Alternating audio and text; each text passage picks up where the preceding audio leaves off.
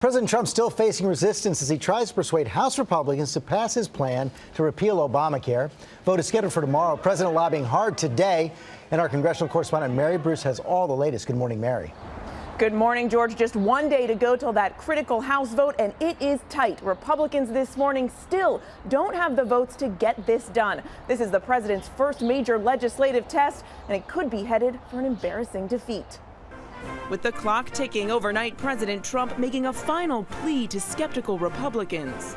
It really is a crucial vote for the Republican Party and for the people of our country to finally repeal and replace the disaster known as Obamacare. The businessman president is trying to seal the deal. We had to go with the health care first, and we're doing well. But the math doesn't add up. 22 Republican no votes would kill the bill in the House. And by our count this morning, at least that many Republicans are still not committed to supporting it, despite the president's personal pitch.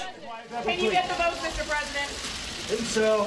Armed with optimism, Trump took his charm offensive to Capitol Hill Tuesday. Behind closed doors, the president using sweet talk and tough talk to sway the holdouts, telling them they'd be fools not to support the bill, warning their next election is on the line. Even telling one top conservative, if he doesn't get on board, I'm going to come after you.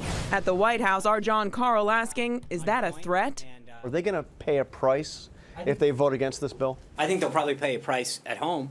Will he campaign against those Republicans? And he made it clear to members that for those of you who go out there and keep your word and support it, we're going to make sure that we remember those who stood by us. House Republicans are making changes to the bill to woo reluctant members, including giving states more flexibility over Medicaid spending and promising to boost aid for older Americans to buy insurance. But it's still not enough. I have reservations, as I said.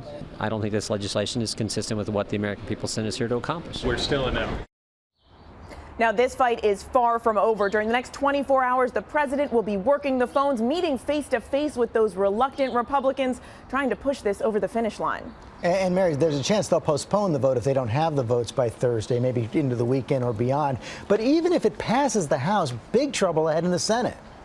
Yeah, George, in the Senate, Republicans can afford to lose just 2 votes if they want this bill to survive. And right now, this morning, this current version of the legislation simply would not pass the Senate. George. You got a lot of opposition there.